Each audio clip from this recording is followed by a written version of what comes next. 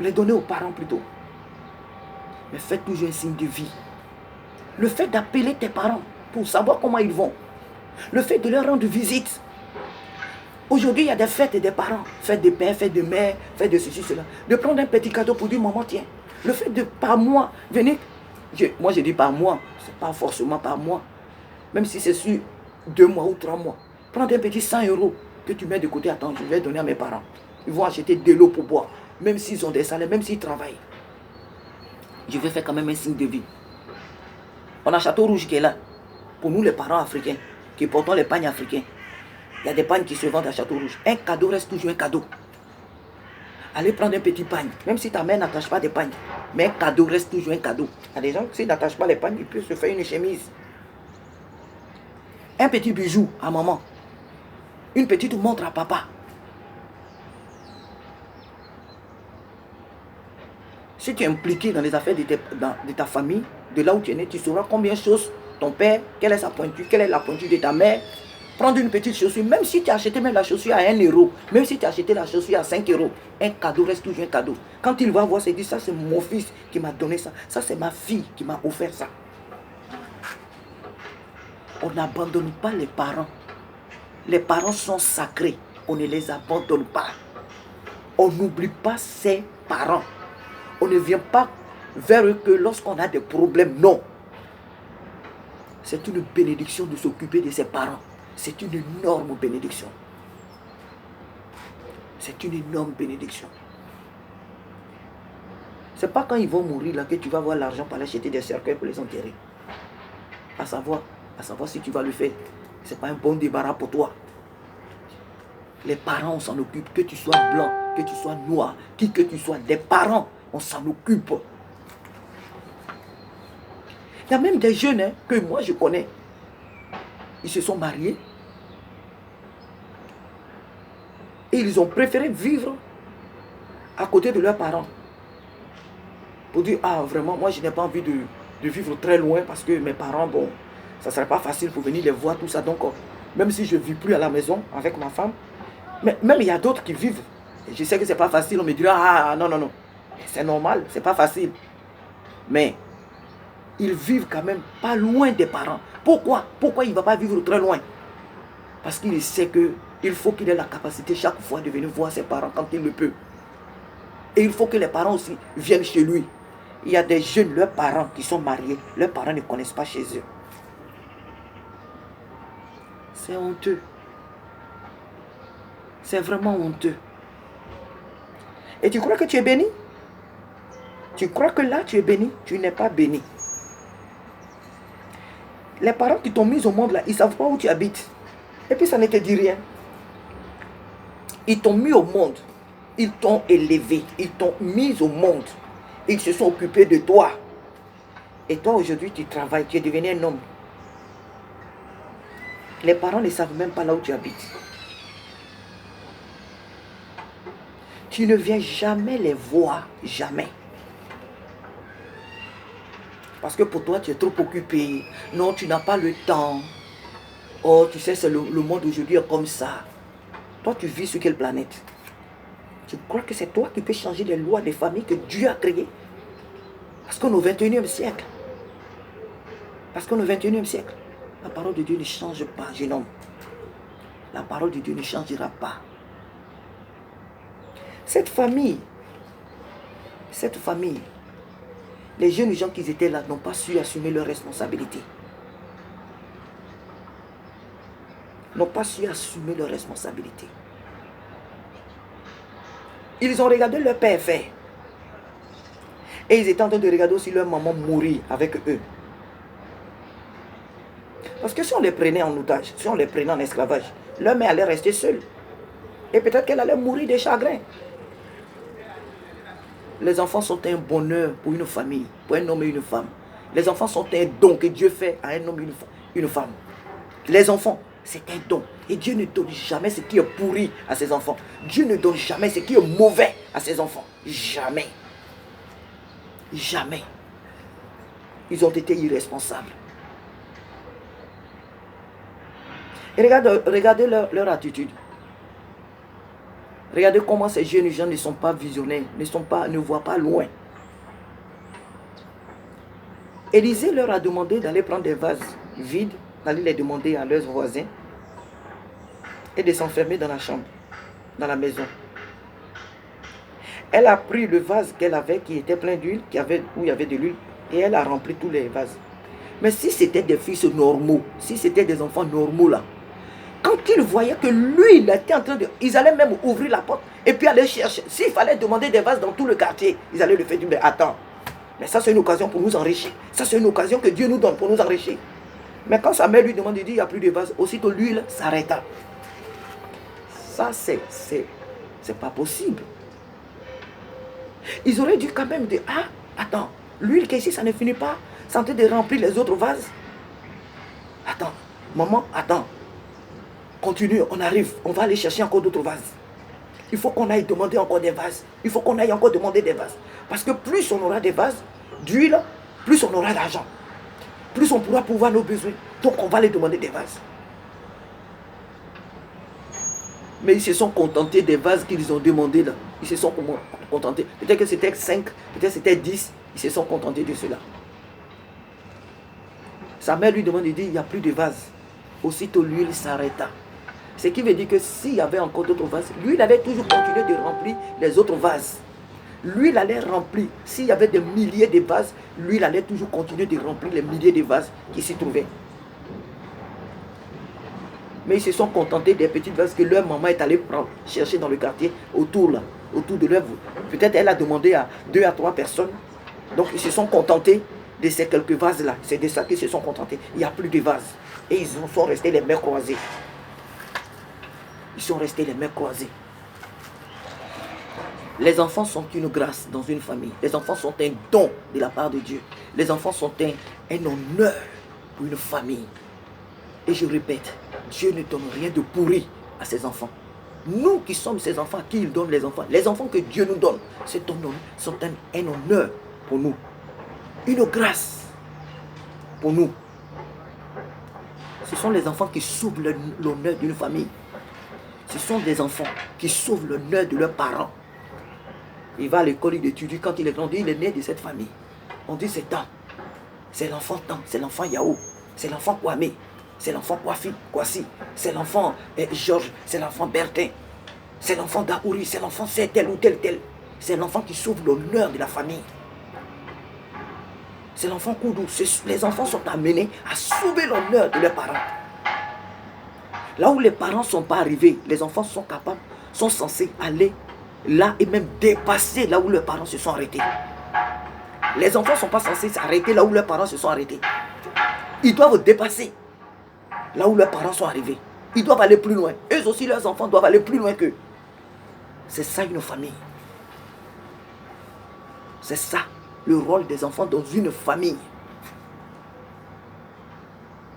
Arrêtez vos histoires, on est dans un monde moderne. Non, parce qu'on est en France, on n'est jamais allé en Afrique. Et donc on réfléchit comme les Blancs. Les Blancs au milieu desquels nous vivons là. Ils ne réfléchissent pas comme ça. Les Blancs s'occupent de leurs parents. Moi j'ai vécu en Italie. J'ai vu des Italiens vivre dans la même maison avec leurs parents. Ils avaient quoi? Même 30 ans, 40 ans. Ils vivaient là avec leurs parents, avec leurs femmes. Comme on fait en Afrique là. Ils s'occupaient de leurs parents. Ils disent non, mon père n'est plus là, ma mère, je ne peux pas la laisser seule. Mon père n'est plus de ce monde, je ne peux pas laisser ma mère seule. Ou des fois, mais les parents sont trop vieux. Non, moi, je préfère rester là avec. Parce qu'il est conscient que tout ce que leurs parents vont laisser, ce sont eux. C'est lui qui va s'en occuper. Ce sont eux qui vont s'en occuper. Pour ceux qui ont fait l'Italie comme moi, ils savent de quoi je parle. Les Italiens sont beaucoup familles. J'ai même vu aussi ici en France. Ça fait bientôt 30 ans que je vis en France ici. Je le vois aussi ici au milieu des Français. Des Français qui s'occupent de leurs parents. Alors vous là, vous êtes nés où? Vous voulez ressembler qui? En Afrique, on n'abandonne pas nos parents. Nous qui venons de l'Afrique là, on n'abandonne pas nos parents. Donc vous là, vous êtes d'où? Vous êtes nés sur quelle planète? Vous voulez ressembler qui? En plus, vous allez à l'église. Vous nos enfants là, vous allez à l'église. Vous vous asseyez dans la maison de Dieu, vous écoutez la parole de Dieu. Quelles sont vos relations avec vos parents? Quelles sont vos relations avec vos parents? On n'abandonne pas les parents. Les parents sont sacrés. On ne les abandonne pas. Les parents, on ne les abandonne pas. Les parents sont responsables de leurs enfants. De même aussi, les enfants sont quelque part aussi responsables de leurs parents. C'est à eux de sauver l'honneur de la famille.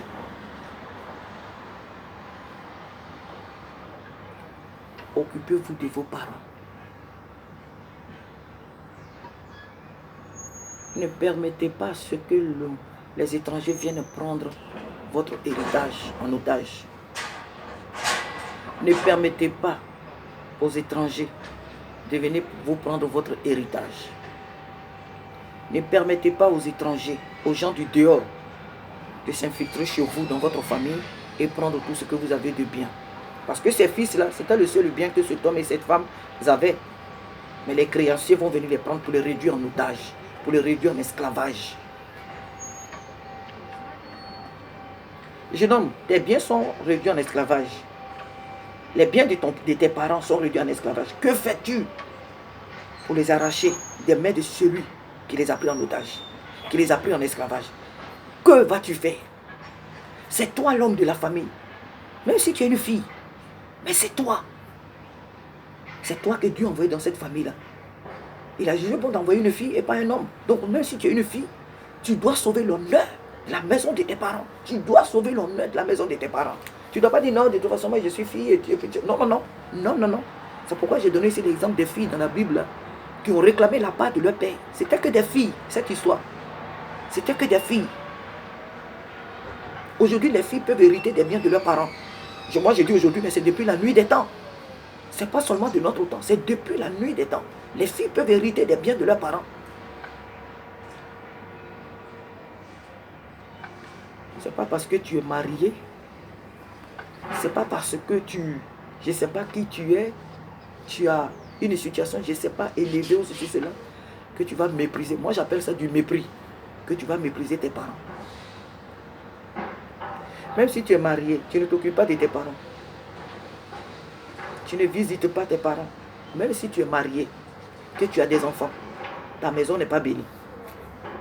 Si tu piétines tes parents, quel que soit ce que tu vas faire au dehors là-bas, tu n'es pas un jeune homme béni, tu n'es pas une jeune femme bénie. Ta maison n'est pas bénie parce que tu ne sais pas d'où tu es sorti. La Bible dit quoi? Honore ton père et ta mère afin que tes jours se prolongent dans quoi? Sur la terre. Je vais dire ça, sur la terre. La Bible ne nous dit pas honore ton père et ta mère jusqu'à ce que tu deviennes grand et que quand tu es parti, tu fais ce que tu veux. Non. Honore ton père. Donc si la Bible dit jusqu'à ce que honore ton père et ta mère afin que tes jours se prolongent, ça veut dire quoi? Ça c'est toute ta vie. Toute ta vie. Que tu sois marié, qui que tu sois, c'est-à-dire toute ta vie sur la terre, tant que tes parents sont dans ce monde, tu dois les honorer. Ça ne s'arrête pas seulement quand tu étais enfant. Non, toute ta vie, tu dois honorer tes parents, toute ton existence là. Du moment qu'eux ils vivent là, tu dois les honorer. Juste à ce qui quitte sur la terre, tu dois honorer tes parents. Que tu sois président de la République, que tu sois ministre, qui que tu sois, tu dois honorer tes parents. Le Seigneur n'a pas donné un âge à cela. Il n'a pas dit jusqu'à ce que tu quittes, jusqu'à 12 ans, et après tu fais ce que tu veux. Non. S'il a dit, honore ton père et ta mère jusqu'à ce que, honore ton père et ta mère, afin que tes jours se prolongent dans le pays où je t'ai mis, ou sur la terre, ça veut dire que tu sois marié ou que tu sois, tu dois toujours honorer tes parents. S'ils sont en vie, tu dois toujours les honorer. Cette promesse-là, elle est pour toute ta vie, toute ton existence.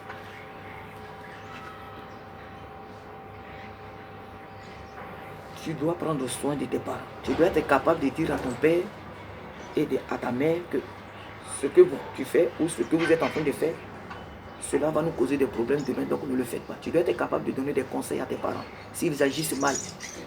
Mais s'ils font aussi de bonnes choses, tu dois être capable d'avoir l'œil sur ce qui se passe dans la maison de tes parents. Parce que c'est toi, le futur chef, l'héritier ou l'héritière de cette famille-là. Tu dois avoir l'œil sur ce qui se passe dans la maison de tes parents. Même si tu as un chez toi, même si tu as un chez toi, même si tu es devenu un père de famille ou une mère de famille, tu dois avoir l'œil sur la maison de tes parents. Tu dois savoir ce qui se passe dans la maison de tes parents. Pour les filles qui n'ont pas de frères au milieu d'elles, Tu dois le faire.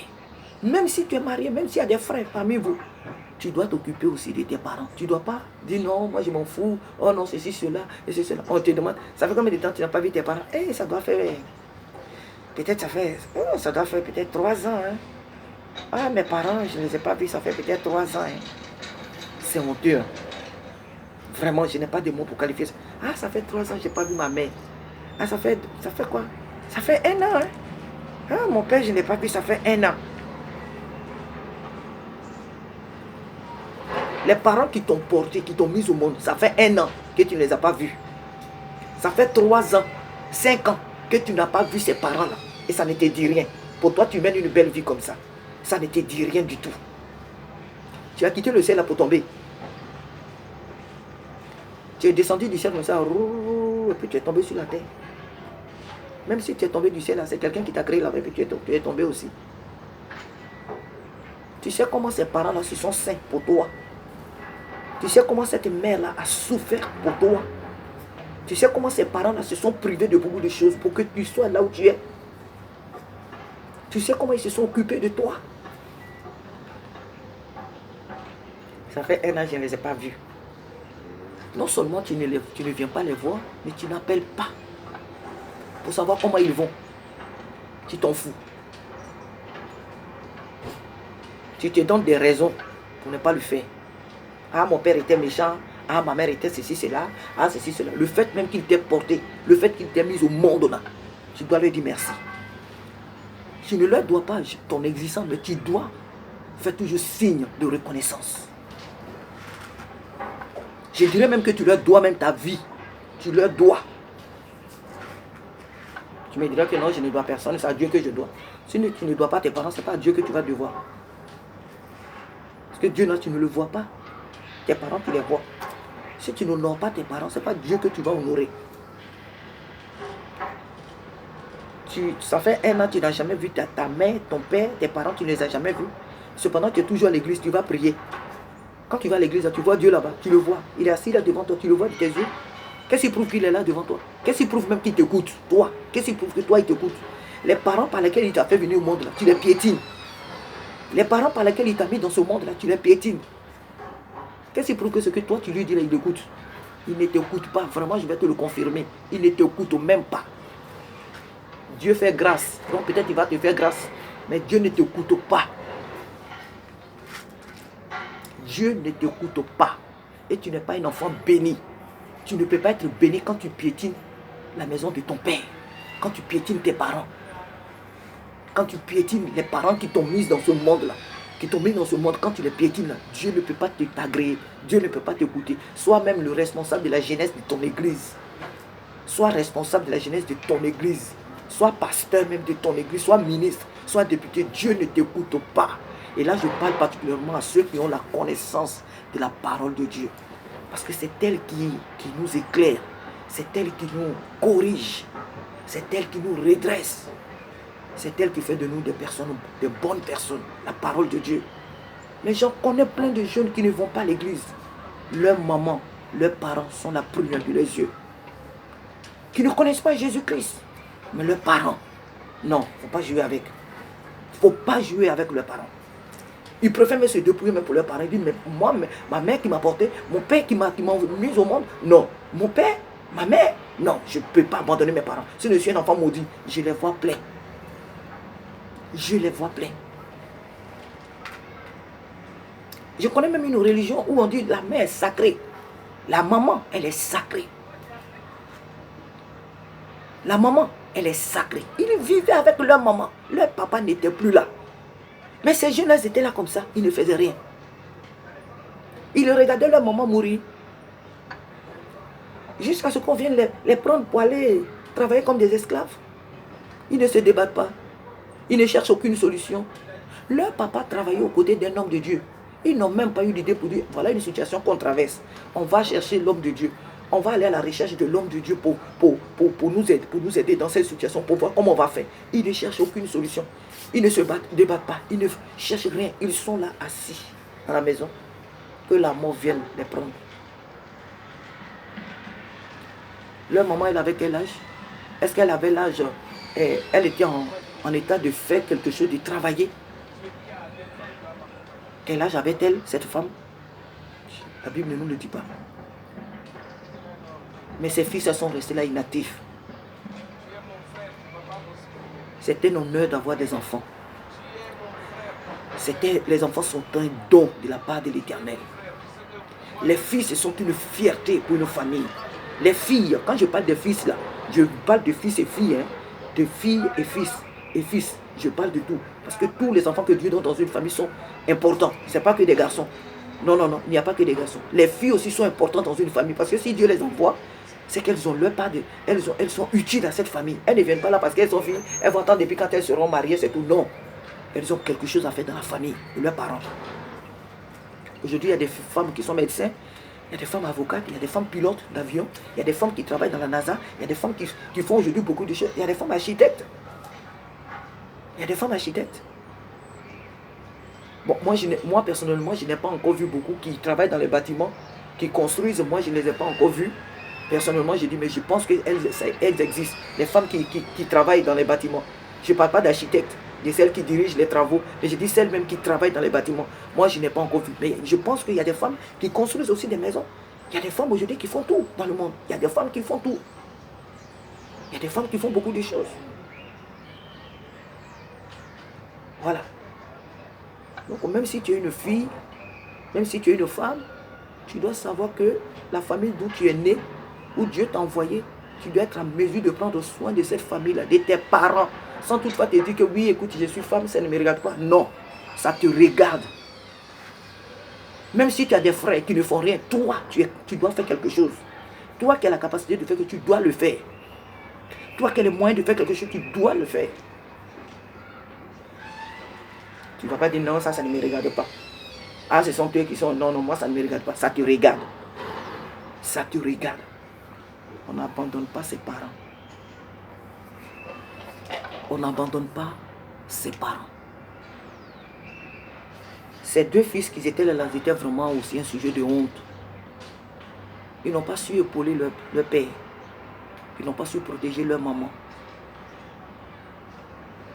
Les enfants sont censés, dans une famille, protéger aussi les parents. Aider aussi les parents à prendre aussi de bonnes décisions. Ils ne sont pas dans la famille en tant que spectateurs. Tout s'écroule, c'est la faute des parents. Tout se redresse, c'est bien pour les parents. Tout va de travers, tout fait ceci, cela, c'est bien pour les parents. Ce sont les parents, Non, les enfants dans une famille ont une responsabilité. Et je pense que la Bible en parle beaucoup en ce qui concerne les familles. Mais moi, j'ai donné que ces quelques exemples. Si une autre fois le Seigneur me permet de faire une autre vidéo à ce propos, j'en ferai. Mais je vais m'arrêter là pour vous dire que vous, jeunes gens, vous qui êtes nés, que ce soit ici en Europe, en Afrique, partout dans le monde, vous avez intérêt à vous occuper de vos parents. Ne piétinez pas vos parents. Ne piétinez pas vos parents. Le fait même de prendre ton téléphone pour appeler tes parents, là, ça va leur faire du bien. Papa, comment tu vas? Maman, comment tu vas? Ça va leur faire du bien. On ne peut pas demander à un enfant chaque fois de venir nous voir bien ceci, cela. Mais le fait même de prendre ton téléphone pour les appeler, de savoir comment ils vont. Le fait même si c'est sur 2 mois, prendre un 20 € pour dire, ah, écoute, je m'avais acheté de l'eau. Même s'il en a plein, m'aller dans un supermarché, prendre des packs d'eau, j'envoie mes parents pour boire. Ah, je viens 20 €. Maman, tiens, tu vas t'acheter ce que tu veux. Papa, tiens, 20 €. C'est quelque chose. Ils ne te diront pas, mais pourquoi c'est 20 € que tu m'as donné? Mais pourquoi c'est que 5 € que tu m'as donné? Mais pourquoi c'est 1 € que tu m'as donné? Les intentions comptent. Les actes qu'on pose là sont très importants.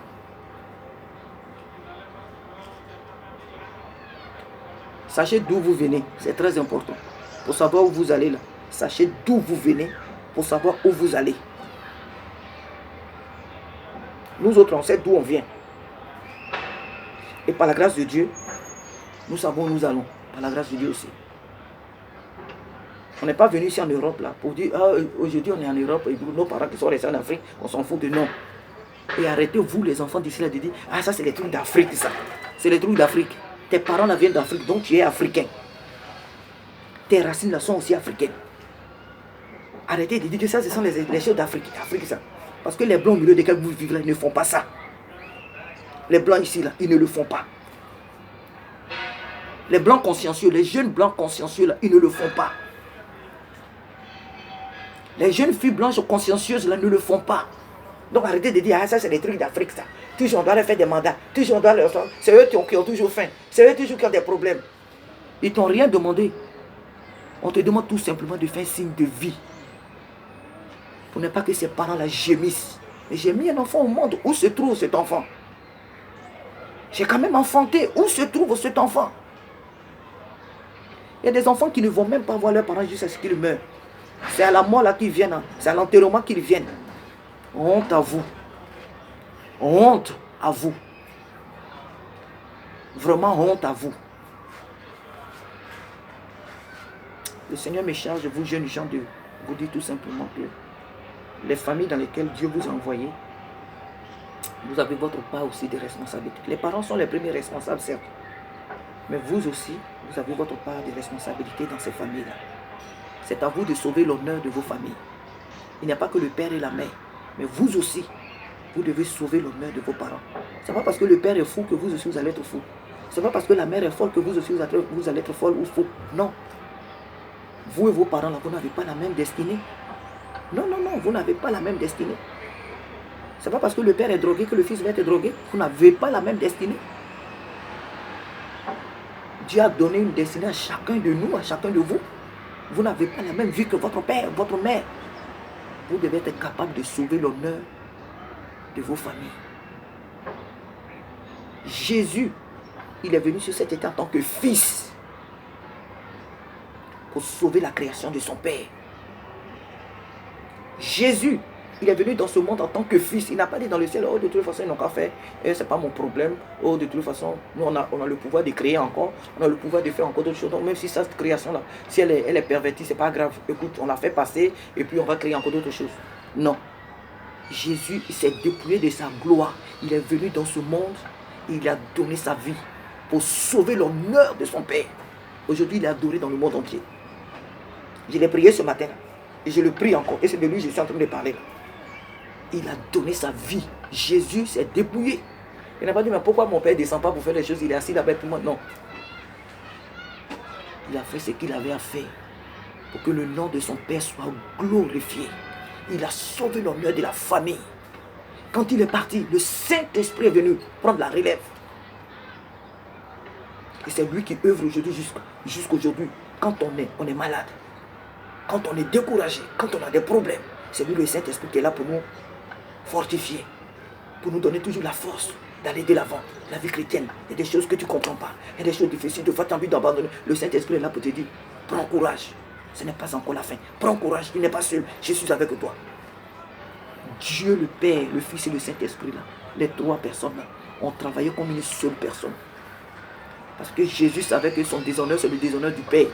Le déshonneur du Père, le Père savait que son déshonneur, c'est le déshonneur du Fils. Et le Saint-Esprit savait que son déshonneur, c'est le déshonneur du Père et du Fils. Les trois ont travaillé comme une seule personne pour sauver l'honneur du royaume, pour sauver l'honneur du royaume. Les enfants ont leur part de responsabilité dans les familles. Ceux qui disent non, j'ai dit non, non, c'est plus mon problème, non, c'est cela. Les parents ne t'ont pas demandé de leur donner tout ton salaire. Je le répète bien. Parce qu'ils n'allaient pas dire oui, la sœur Sarah, elle dit ceci, elle dit ça. Non, j'ai dit bien. C'est selon la parole de Dieu. Tu peux la relire. Dans le livre de 2 Rois, chapitre 4, à partir du verset 1 jusqu'au verset 7. Je ne suis pas en train d'inventer des choses. Ce que le Seigneur me met à cœur, c'est ce que je suis en train de te dire. Les enfants dans une famille ont une part de responsabilité. On leur part de responsabilité. J'ai donné l'exemple de Élie le sacrificateur avec ses fils. J'ai donné l'exemple du fils prodigue, le fils aîné qui était là, qui s'occupait des biens du père. Par rapport à son petit frère qui était parti pour dilapider sa part d'héritage.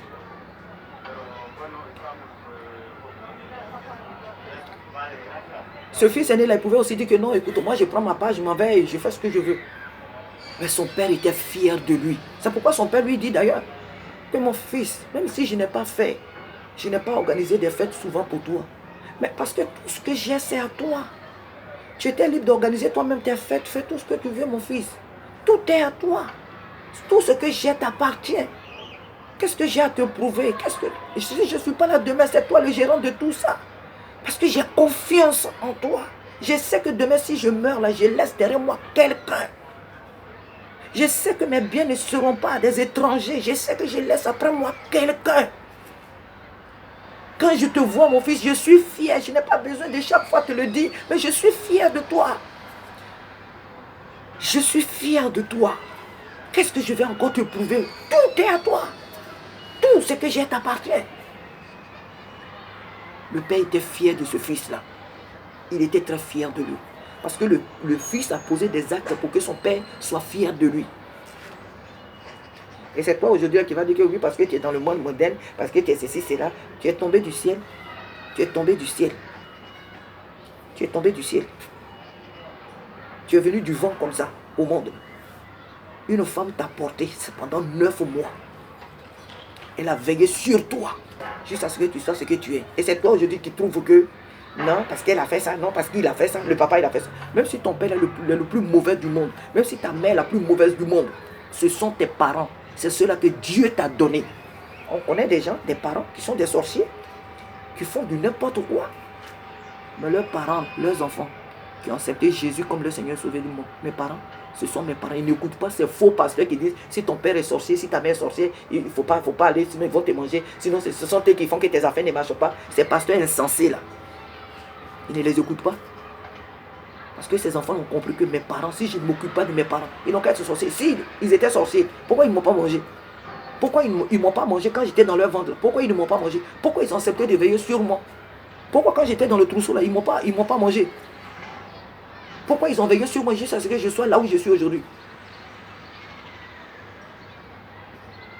Un enfant ne pourra jamais rendre à ses parents tout le bien qu'ils lui ont fait, c'est vrai. Mais faire un signe de vie dans la vie, c'est très important. S'occuper de ses parents, c'est très important dans la vie d'un homme, d'une personne. Savoir d'où on vient nous permet de savoir là où on va. T'occuper de tes parents permettra toi-même ta vie de s'épanouir, ta maison de s'épanouir. Ce sera une grande bénédiction pour tes enfants. Aujourd'hui, tu as des problèmes dans ta vie. Tes enfants ballottent de toutes parts. Tes enfants ont des problèmes. Ils sont comme des personnes à qui des portes sont fermées. Aucun d'eux ne relève la tête. Aucun d'eux n'a un petit diplôme. Tous les enfants que tu as eu là, aucun d'eux n'a un petit... Regarde dans ta vie. Regarde ta relation avec ta mère. Regarde ta relation avec tes parents. Tous tes enfants sont là autour de toi. Aucun d'eux ne bouge. Aucun d'eux n'a eu même brevet. Brevet là, aucun d'eux ne l'a eu. Tous tes enfants sont là, comme ça. Et maintenant, je parle du cas général. Hein.